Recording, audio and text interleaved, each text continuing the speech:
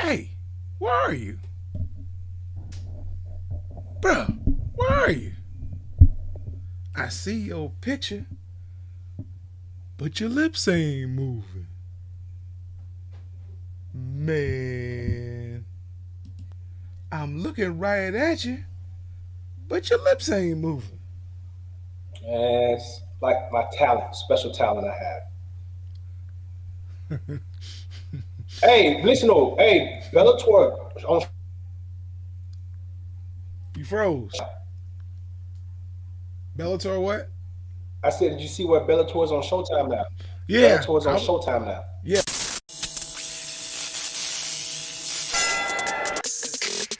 It can stay in the 30s. I'm good with it. 20s, 30s. I'm good with it. It I just mean, when you got that natural installation, bro, it's cool. I get it. But for no. me, I I just just real men come from the north, so we can deal with oh, there we go. Okay, there we go. That sums it all up. That's good. we can deal with the cold.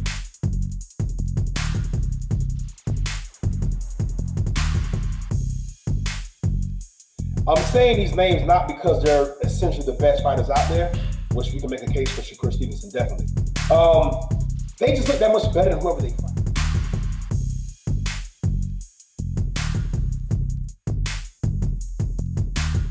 I think you might want to keep this thing on the feet and stay any way possible. Stay away from that guillotine choke.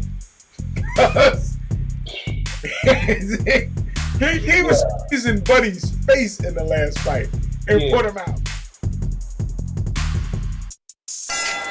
Come on, dog. Let's fight. Welcome to the Fighter Share Report. Hey, welcome to the Fighter Share Report.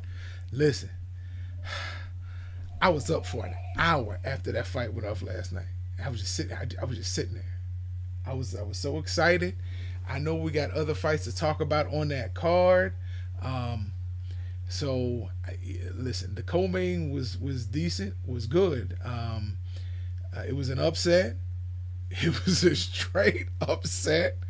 But my mind is on the main event, so I'm gonna let you deal with the other ones, and I'll comment where accordingly. Listen, yeah, because you tripping right now. Yes, last night the main event lived up to expectations, but that was not the fight of the night, my friend. The fight of the night for me went to Julian Marquez and my boy Patolo from Hawaii. Listen, Yeah. that fight at 185 was unbelievable. And just when you thought that he couldn't dig any further, when you thought this is it, right? Mm-hmm. This guy turnarounds and bro, this is the thing unexpected. I didn't know who Julian Marquez was, but obviously he's fighting out of Florida. So that's what we do. That's what Floridians do. Oh, come And on, man. he showed up last night. The Cuban Missile Crisis really made a disaster of Mr. Paterno, who had up until that fight, to that point in the fight, bro, had pretty much probably won every round. I Wrapped mean, it it was a up. very good Yeah. flow. Yeah, it was a very good fight, ebb and flow, but he had kind of had the more telling moments of that fight.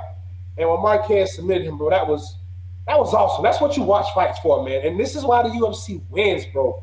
Guys we've never heard of give us amazing fights, bro. Had that been a championship fight, that would go down as one of the greatest UFC fights we've ever seen. Yeah. I have to agree with you on that. Yeah. Had it been the championship fight, and it looked like a championship fight, the It way they did, were man. going at it. It did. Listen, It did, man. the man, they got so many on that card, but we don't have enough time. The co-main, Yes, let's talk about it. listen, they need to call my girl from Mexico the Mexican assassin. 'Cause- Let me tell you something. Let me tell you something. They were talking about how good Usman's jab was last night. Alexa Woo! Grasso probably had the best Yes. jab on that fight card, bro. Yes. Her hand placement, her jab, bro. I am a fan. I might even start following her on the ground, bro. And She can those fight check her little, hooks, man. and I don't mean low in a derogatory, no. In her diminutive stature, she can fight herself, bro. That girl can fight. I like Alexa Grasso. She won a fan over me last night. I'm definitely Listen, gonna keep over her. the young lady she was fighting was a big 126. Big A 120, yeah, yeah. big And 120. fought like it, and fought mean But and aggressive, and but Alexa was able to use technique to turn her around, yep, get her up against the cage, yep. throw them little elbows and check hooks and that jab. Look, shout out to Alexa Grasso for pulling the upset. Now, let's get to to Look at this 170. guy. Not 170, but 170. Um, Oh, you from Florida today? Okay, go ahead. Be about it. whatever. Let's go. Kamaru Usman, the king of the cage, baby. I kept thinking all last night leading up to the fight, and I was gonna go on Instagram and ask the question: did we put too much stock in Gilbert Burns after he beat Tyron Woodley? Well, let me finish, because then you see what happened to Woodley to Usman. You see what happened to Woodley after Gilbert Burns to Kobe Covington. So, Burns' stock rose after he demolished Woodley. Now, I know he had some other great fights, but that put him on the planet, or on the map as the next great striker. And we already knew about his jiu-jitsu. But let me tell you, when round one started out and he tagged Kamaru, and he backed up against the cage, I was like, oh, I put my water bottle down. I was glued, bro. But that Charlo Holmes Ali jab that Usman had, oh man, we need more time. Go ahead. Yeah, a great performance, man. I disagree with you, my friend. I think Gilbert Burns is still the second best guy in that division because I think he's faster and stronger than Kobe Covington when it comes to striking. So Yeah. what Usman did to Covington, Burns do the same thing. And outside of Covington, no one can keep Burns off him. Like he's going to out wrestle or out grapple anybody. So no, I don't think you overestimated. I think you underestimated how good Usman was. Bro, this man rises to the occasion, bro, every single time. We gotta put more respect on his name, bro. Well, that's what he told you. That's what he told you at the end of the fight. Listen, Top Rank had a good card last night. Big Baby, the real Big Baby.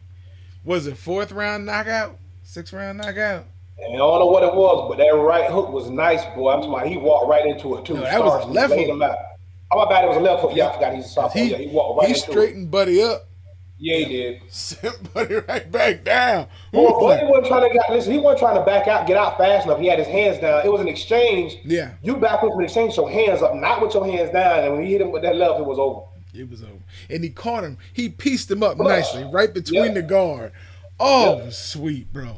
It was sweet. Shout out to Big Baby. Yeah. We talked about him earlier in the week, man. Again, The real Big Baby.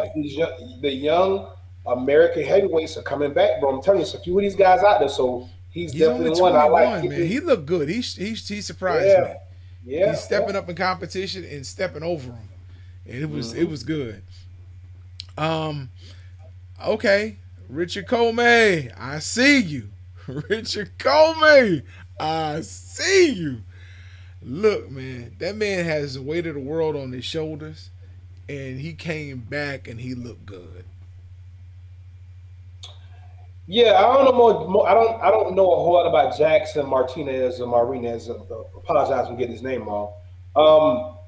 But I mean, Richard Comey did what he's supposed to do. It's just more about mental fortitude. If he's going to be able to rebound from what happened with Teofimo, this is his second fight since then. I think, bro, he is going to be fine. He's going to be there. He's not going anywhere. And on his best night, he can potentially give a lot of those guys in the top 3 or 4 spots ahead of him a run for their money, bro. So I think Richard's going to be fine. He's going to kind of hang around. Now, if he can win a bit off any of those guys, that's yet to be seen. He won't fight till that fight with Lopez will never happen again. So, you know, the odds are probably a little lesser when you look at the other guys out there. But, I mean, Comey's a very, very good fighter. He's world class. He's all that and then some. So, yeah, I didn't feel any type of way other than he did what he was supposed to do. Yeah, I look, when you start listening to him in his interviews, and you just see how much pressure this young man put on himself. That you consider that you have the whole country of Ghana on your shoulders, and you're representing the entire nation. That's a lot. That's a lot. And you hear how hard he took that loss. That was a lot to deal with, man. And what his coach say the week after, you know, the loss, he was like, all right, let's go to work. You know, he had put it in perspective in its rightful place in his fuel tank, and he was able to get back out there on the grind. So, listen, I get nothing but respect for him. He looked good last night, and I know you're saying we don't know about his competition. And announcers can boost up your competition and make it sound really good. But this kid had a good record. I think it was like 19-1 or 19-0. Yeah, they always do, and that's around the time you really start getting tested. But it's not bad. It's not about Jax Martinez. I was just saying that in the way that he got knocked out.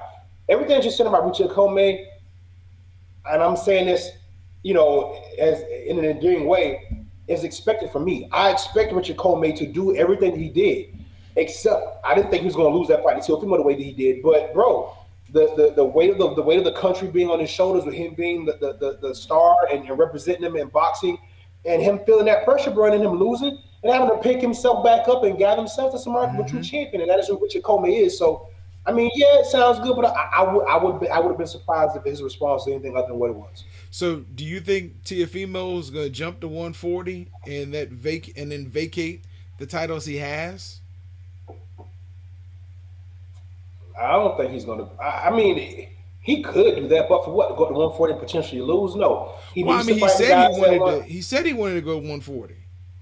Yeah. But no, he has some unfinished business at 135. I think there are a couple of guys out there that everybody wants to see him fight. It's not like he's doing a Jamel Charlo where he's clearly beating everyone with the belt. We'll talk about that later. No, he's beating some guys, but listen, we want to see the Tank Davis, we want to see Devin Hayden, we want to see the Ryan Garden, we want to see all those fights.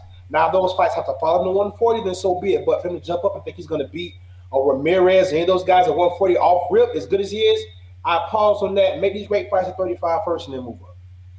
Yeah. All right. I get that to you. Man, I really want to go back to that UFC card and talk about some stuff, but I know we got to keep it moving. Okay. So, in London yesterday, Josh Warrington. I bet he won't drink another cerveza or margarita. He got waxed, bro. Listen, this is why we do this show, bro. Because sports and entertainment, yep, you can say you never know what's going to happen. But no, in fighting, in combat sports, it is the true theater of the unknown, bro. Ooh. I'm not saying I would have bet my house on Josh Warrington, but I was just big up at him. Okay, I'll touch on that in a minute, Jesus. Yeah, I was all in on Josh Warrington earlier in the week. We were talking about this. I was singing his praises. I felt like he should have been a little, getting a little more credit than what he's been given. And boy, was it ever my face. I was wrong. Lara came in with them big, heavy hands, bro. And the exchanges, man, it was a great fight. Warrington fought like a champ. When he fought like he had been out for a while, and he didn't get safe when he got hurt. He tried to fight through it. All those were mistakes. And it cost him, but this is the theater of the unknown. Lowry came in, Mexican style, and won that fight, bro. And kudos to him. He just changed his life forever, so good for him. Now, they were saying that Warrington didn't have his title. He was the NABF champion, but they kept saying during the broadcast that he no longer had the title. I watched the fight with the volume off, brother. I didn't even listen to the commentary, so I couldn't tell you. Okay. All right. So, but yeah, shout out to Lara, man. He took. Now, the question from Jesus M is Warrington finished? Because typically, when UK fighters are built up and they lose a defining match, they remain relevant in the UK, but that's it. No, Warrington's not done. I'm sure he has a rematch clause in there. He'll get to run it back again with Lara. And if I'm wrong, Jesus, feel free to let me know that. Yeah. Listen, this was not about him not being able to beat Lara. This wasn't about skill.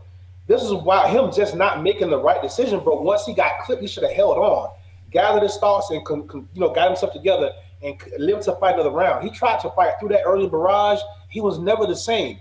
His hands didn't look as quick as they normally look, but he took a lot of shots. His eyes, to me, didn't look good. And what I mean by that is he wasn't reacting quick enough to the punches that were coming from him.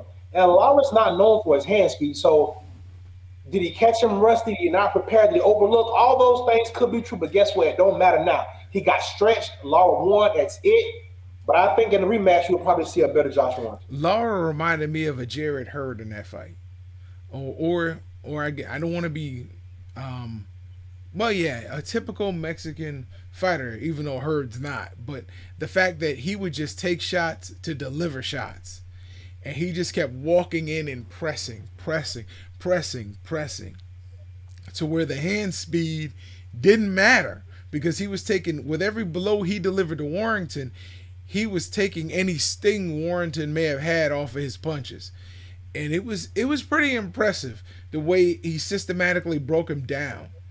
And then when Josh Warrington's eyes started talking to people, it let you know that something was wrong in that corner because his eye was like, "Hey, can he put some protection on?"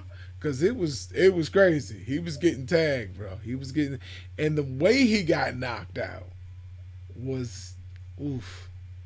Just the way he got knocked out. Yeah, it was pretty brutal, man. Early Cannon probably knocked out of the year. But my thing with Warrington is he didn't fight and control the distance.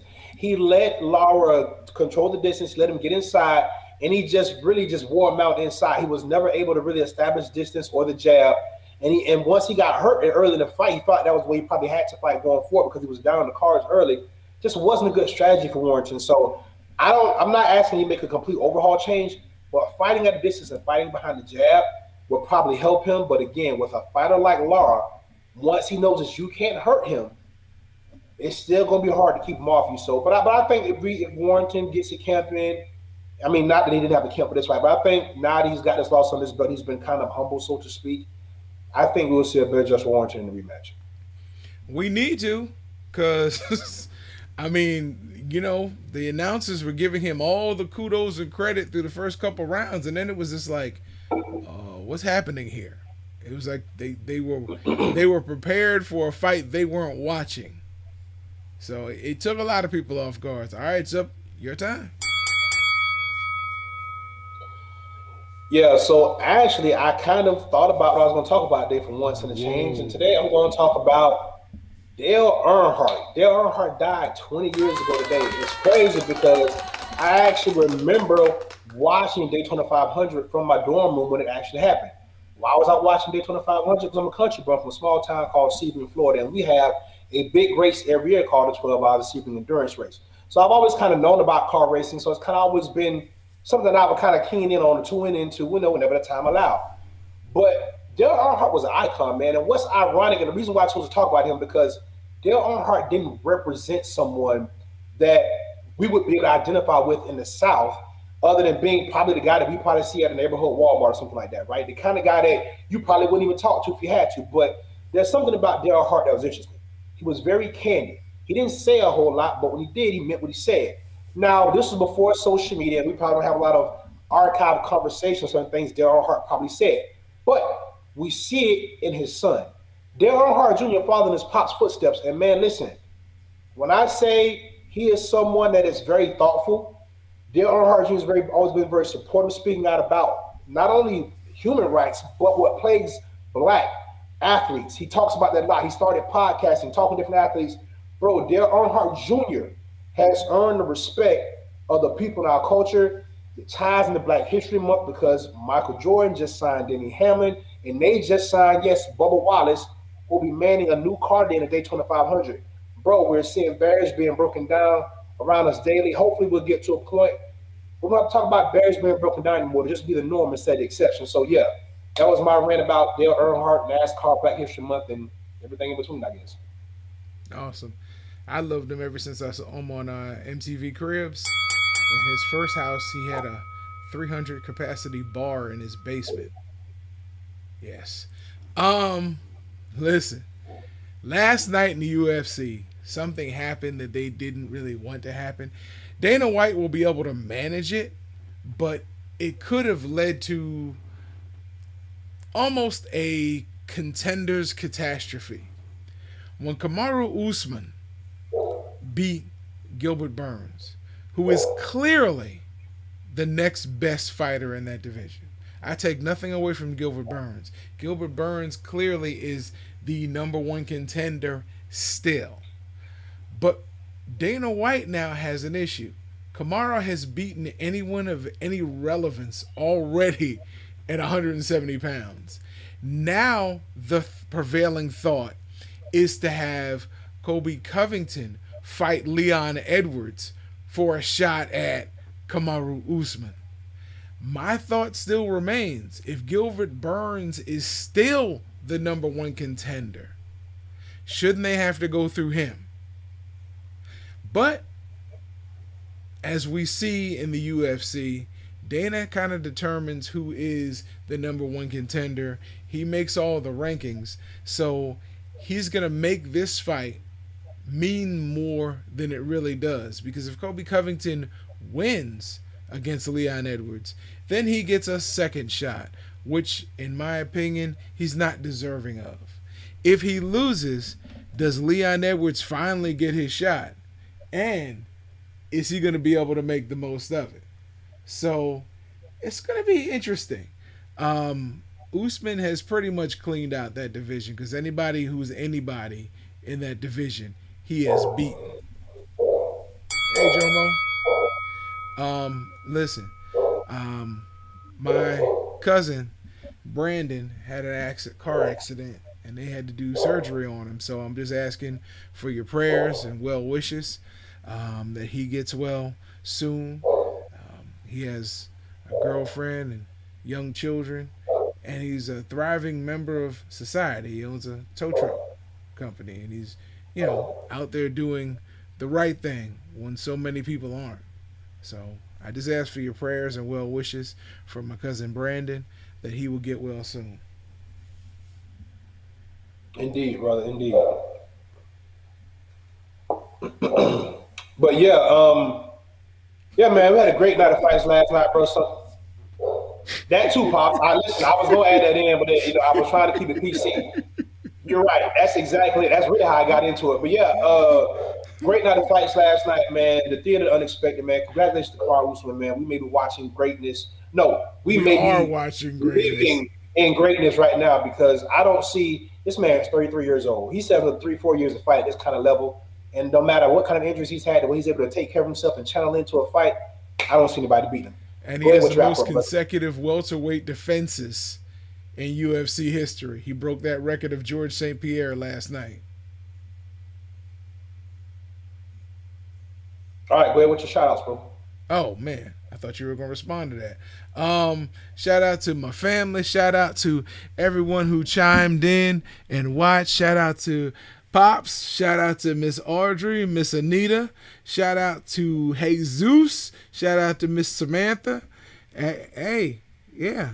Shout out to all of you Fighter Share Nation. You gotta do better with your time. And we'll see y'all tomorrow on our Let's Refine show. We out here at Fighter Share Nation. Peace. Time is on my side.